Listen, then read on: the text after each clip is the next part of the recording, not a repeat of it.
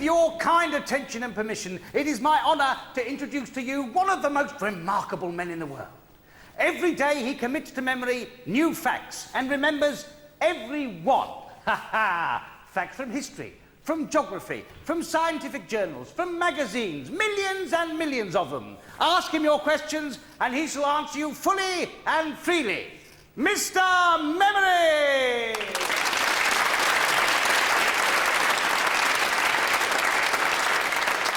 A question, please. Ian, I've got one for you then. What are the 39 steps? The 39 Steps is a secret organisation of spies dedicated to destabilising Europe in the days leading up to the Great War.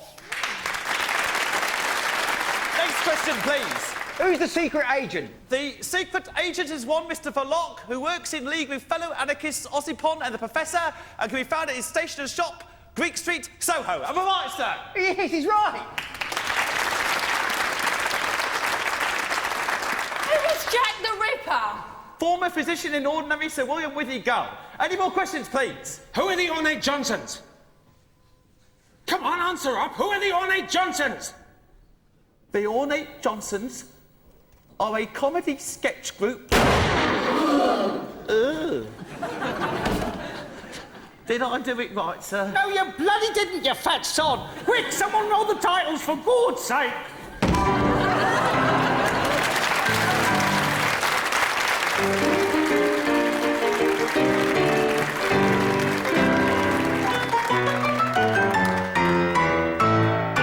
And I believe there will come a time in this new century when men will be able to fly to the moon and many distant planets using rocket-propelled ships. You really believe all this, Wells? Why, if I only had a time machine, I would show you. Nonsense. No, really. I propose that in the next 100 years, man will be able to travel faster than sound. All this lies ahead in our frightening yet exciting future. Do you think Argos will ever do home delivery on Sundays? What? Nothing. I just thought it'd be good if they did. What are you talking about? Well, I just thought it makes sense to deliver on a Sunday when most people are home anyway. You know? No. What is Argos? Well, I was just thinking, in the future, they might have this kind of big store where you could get anything you want, from a clock radio to a Pifco foot spa, all under one roof. And they might call it something like Argos or something. You know? I mean, I'm just riffing here, really, you know. Riffing? Clock radio. Pifco foot spa. Yeah, I mean, it stands to reason, you know, just extrapolating into the future. All right, fine, I'll shut up. Oh, Wells, I see the War of the Worlds is now in its 10th edition. Ah, yes, perhaps my finest work of speculative fiction. You don't believe all that rot about Martians and tripods, though? Indeed I do. Beings from Mars could easily come to Earth and lay waste to our civilization. Piffle. They would crush us like insects, spreading their deadly red weed as they went, choking our rivers, blocking our canals, and poisoning our fields with foul pestilences. Yeah, you could do a record of that with David Essex in it. Who the blazes is David Essex? Well, it's just a theory, really, but I was just thinking, they might want to make a film all about the early days of rock and roll in the 70s, you know. And to play the lead, they'll get this complete unknown called David Essex, who ironically becomes an actual rock star. But then when the hits dry up, Jeff Wayne will step in and ask him to be one of the voices in a punk rock musical version of your novel. Anyway, the narrator of my novel, Richard Burton, turns to Justin Hayward from the Moody Blues and says, "God damn! Got me in it now! Completely lost my train of thought." Oh, hang on a sec. Sorry. Yeah, I can't talk now. No. I'm in the past. The past!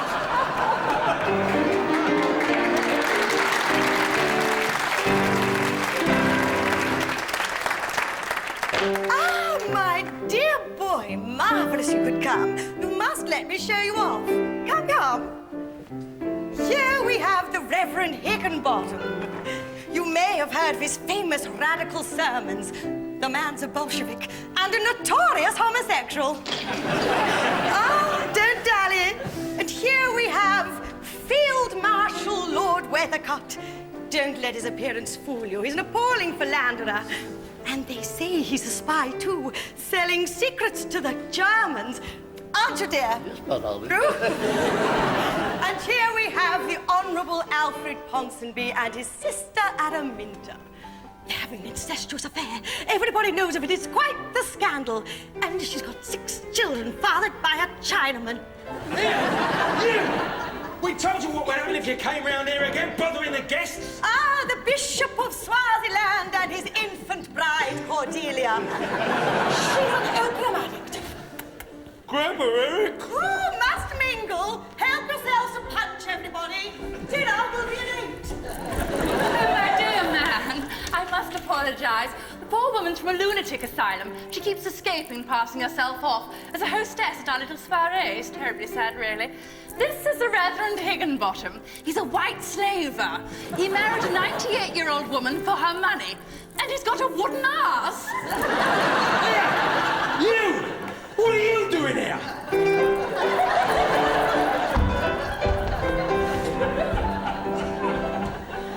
It's true about my arse, you know.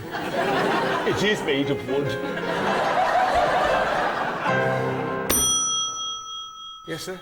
Good morning. Yes, I have a reservation for 12:30 for your conference hall for a lecture on my forthcoming polar expedition. The name's Scott. Captain Scott. Scott. Oh dear, I'm terribly sorry, sir. There seems to have been a bit of a mix-up. Oh?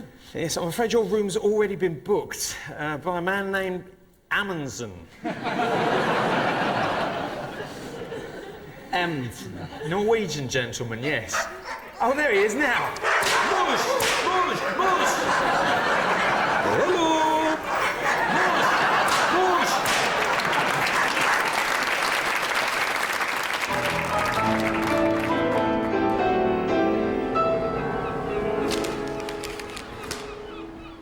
Donald? Oh, you haven't touched your tea. You've been locked away in here for days, weeks. You're wasting away to nothing. What's wrong, Donald? I'm sick of drawing these boring factual postcards. Welcome to Morecambe. Come to Bath, historic Sparta. They're so stale, so lifeless. I just wish I could do something different. Something quintessentially British, yet alive. Oh, it's a problem. Yes, dear. But I don't think it's a very large one. What did you just say? I said it's not a very large one. And you were talking about my problem, right? Of course. But if I'd misunderstood you, I might have thought you were referring to my sexual apparatus. I suppose so. If you took me the wrong way. Brilliant! A series of postcards based upon the misinterpretation of innocent phrases as being of a sexually explicit character. Genius! This will change the world of seaside postcards forever. I'm not so sure, dear. I don't think it'll stand up. It's going to get harder and harder the longer you do it. If it's ideas you're after, I've got a couple of stunners that'll really knock you out. I would have shown them to you earlier, but the vicar called by with his collection tins and gave me one in the drawing room, so... Please, this is gold dust. Are you all right, dear? You're not feeling a little queer, are you? Pull yourself together and abandon this childish notion. You've got big things ahead of you, and you should grab them with both hands. Priceless, absolutely priceless. Oh, I give up. Oh, that'll be the Coleman. Better let him in the back passage so he can deposit his load. He's got a very large sack. This is gonna make me a millionaire!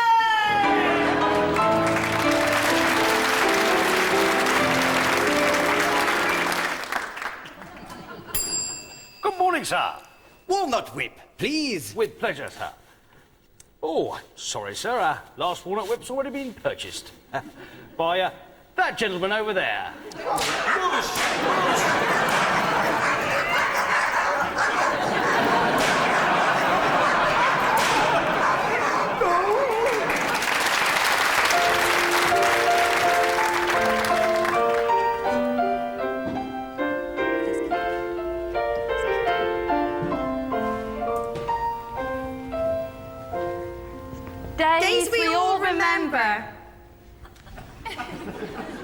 Talk about poor. Talk about poor. We didn't have any toys. For our enjoyment, we used to plait our hair. Rub our noses together. Sit on the table. Try and plait our fingers together. And then we'd play with Bobby's... Bobby's knob. I was going to say pet peeve. And if we sat on the end of the cracket, sometimes he'd let me blow on it. But it never made a note. Remember that gobbing competition? Oh, I got 1 point for an ordinary grey one. Jenny did a yellow one. And the winner was Bob's brown one. And then, talk about ill. Talk about ill. Mine was a rare green one with red spots. We all agreed that such a consumptive gob swept the board. So we were glad you had consumption, weren't we? Because you won. And I was very proud. Jealous? No. Talk about bad diet. Talk about bad diet.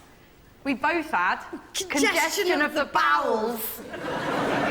Oh, and then the king got it, so they started calling it appendicitis. Appendicitis.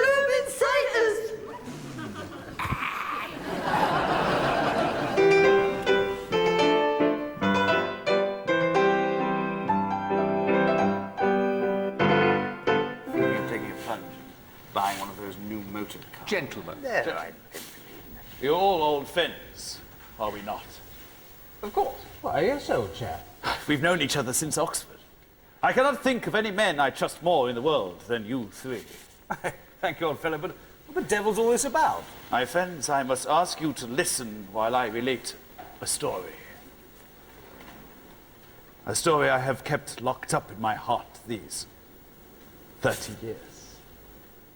It was in the winter of 1879 that I first encountered a strange, melancholy young man by the name of Ephraim Weatherby. Hang on. Is this going to be a scary story?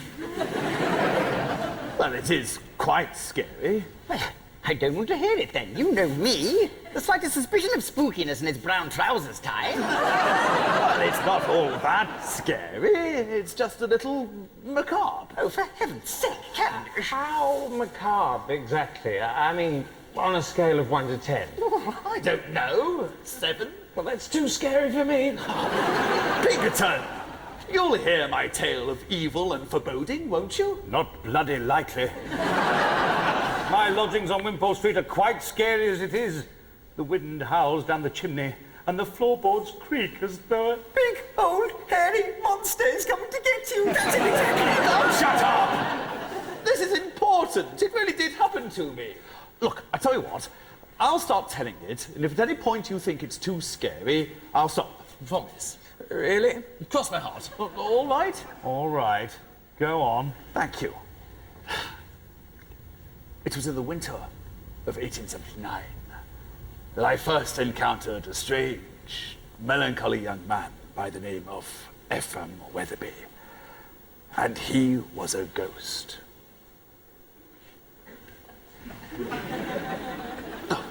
Bugger, I should have saved that revelation for the ending, shouldn't I? That would have been much more dramatic. I'll tell you what, look, here's one that actually happened to a friend of mine.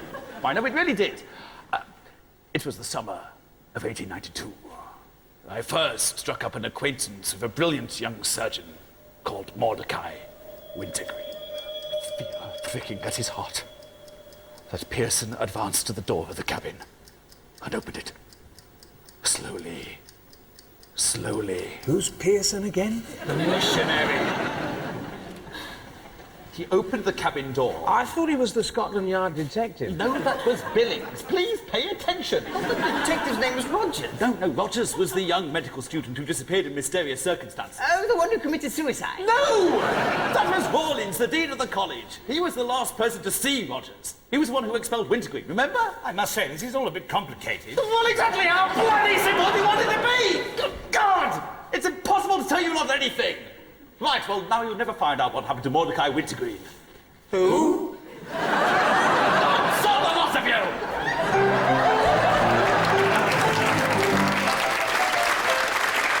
And now, ladies and gentlemen, will you please put your hands together for those mistresses of mirth, those lovely ladies of laughter, those sisters of suffrage, the Pankhurst Sisters!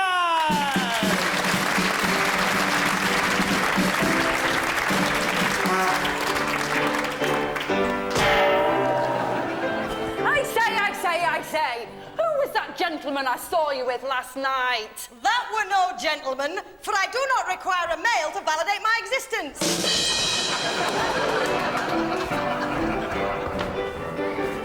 Anyway, ladies and gentlemen, what do we want? What do we want? What do we want? What do we want? What do we want? What do we want? You all know what we want. Cup of tea's what I want. Oh, shut your mouth. The vote's what we want. The vote? Yes, Sylvia, the vote. You know what a vote is, don't you? Of course I do, Christabel. Well, what is it then? A vote's what you use to go a-sailing on the water. Oh, you clot. We want the vote for women of property. I keep telling you that's what I want. What is it that you want? A nice cup of proper tea. Anyway, that's not what we want. Isn't it? No! What we want is universal suffrage. I'll give you universal suffering, girl. Whoa. Come back here, you. Whoa. Come back here, you. Whoa. Come back here, you. Whoa.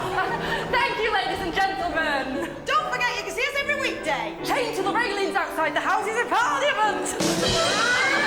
Whoa. Come back here, you.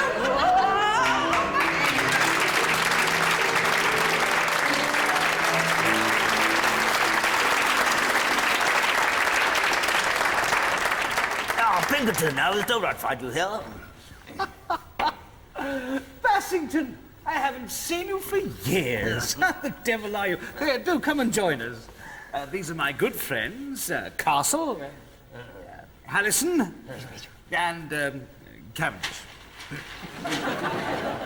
It's very good to meet you all. Would you care for a monkey's claw sherry? Is something wrong? No, just that brand puts me in mind of something I hoped I'd forgotten. But I don't want to bore you. No, go on. Yes, please, tell us. This sherry, you see, was a particular favourite of a young man I used to know. A man whose ghostly face still haunts my dreams. And so Norton approached the coffin and slowly lifted the lid to find it empty. Well, he's probably got the wrong coffee. Of his wife's mortal remains was no sign. All that was there was the jade necklace she'd worn that fateful morning. It's probably a perfectly rational explanation. Be quiet, Cavendish. That same accursed necklace he had himself hurled into the ocean depths at the holy man's urgings. Fantastic. Absolutely riveting. Best story I ever heard. Well, my friends, it is late, and I fear I must bid you good night. Absolutely wonderful to see you, Bassington. You must come again soon. Yes, come and tell us more stories. Yes, please do. Farewell. What? Won't listen to my stories, will you? You don't need Tom, Dick or Harry wanders in off the street and you can't get enough of it. Message from Mr. Pinkerton. Message for Mr. Pinkerton. There you are, Mr. Pinkerton. What does it say? Regret to inform you that your friend Phineas Bassington died of malaria aboard ship en route to Southampton yesterday evening at 10 o'clock.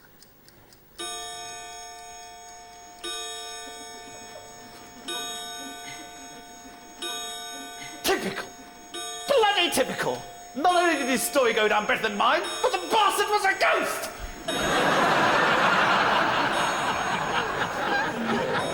On my hat.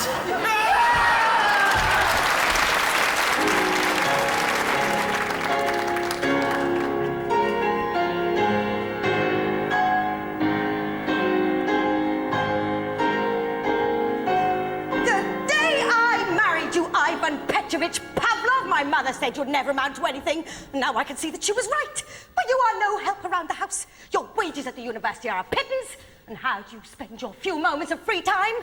Experimenting with the saliva of dogs. A grown man spends all his time with dogs. We are a laughing stock. No one at the university takes you seriously. They think you a fool. That's right, a fool. And I, too, your wife, think you a fool. Anyway, darling, what would you like for dinner? I think a steak, a baked potato, and some sour cream. Oh, and apple dumpling. What? Of course, my precious, anything you say. Unless, that is, you'd rather I take you out to an expensive restaurant, my angel. Sorry, please, stop. This is just rubbish, preposterous. Look, I'm a professor of psychology, and Pavlov was essentially concerned with classical conditioning.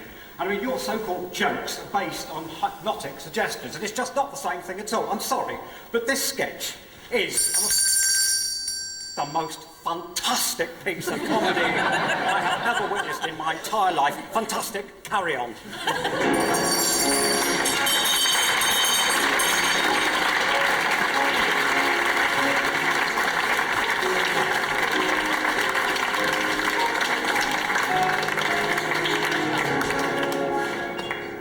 Monday. I've decided that mine is a life of formal leisure with some gentle intrigue. Golf today. I lost the game but found consolation in the arms of Dickie Carforth, who is married to another woman. He made a joke about a hole-in-one, but it didn't make me laugh. Tuesday. This morning I woke up and decided to become a keen gardener. I went into the garden in a shawl and looked at a tree. Cold evening, so I touched my nipples for 45 minutes and then read most of The Needleworker. Tomorrow a walk in the countryside. The fresh air will do me good. Wednesday, disaster. I couldn't find the countryside. I haven't noticed before, but Richard the valet has remarkably long legs. Rubbed myself at bedtime with a hairbrush. Thursday, woke up exhausted. What's all that about? Fell asleep in the hammock. Friday, went horse riding today with Mr. Rory Planard, who is reputed to be something of a gypsy. After receiving some consolation in his arms, I hurried home for a hectic night of drudgery. Cribbage, backgammon, and a sing-song. Saturday. At last the weekend is upon us, although I cannot be idle, unlike Daisy. She's having the day off to tend to her 13 siblings who are all knock-kneed. Upon her return, she can polish my brass handbell. I can't do it. You see, it's shaped a tiny bit like a cock.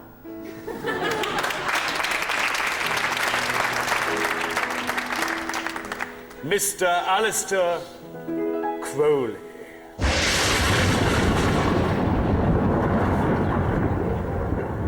So you are Crowley. The wickedest man in the world. Or so they say. Indeed. So come on then. Show us some of these magical powers of yours. Oh, yes, do. We're simply dying to see them. Your words, my lady, are more apposite than you know. Many poor souls have expired of pure fear from witnessing my wizardry. Oh, stuff and nonsense. Why, there's no such thing as magic. Indeed.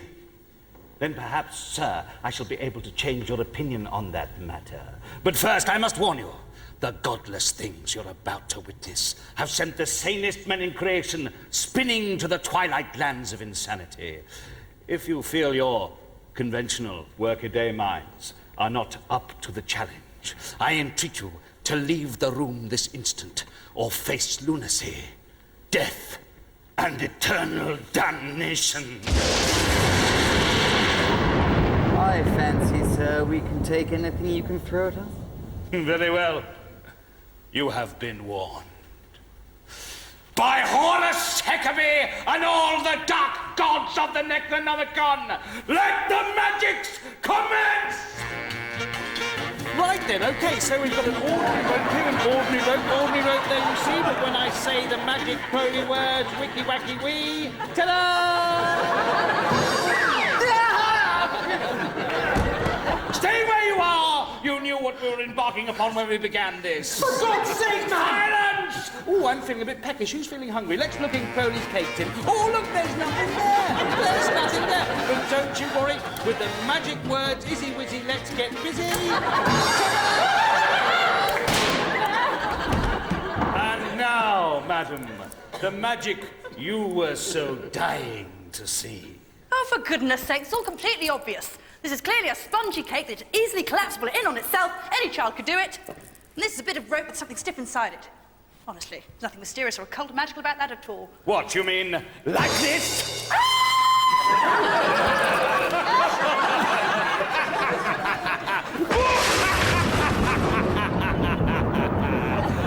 That's magic.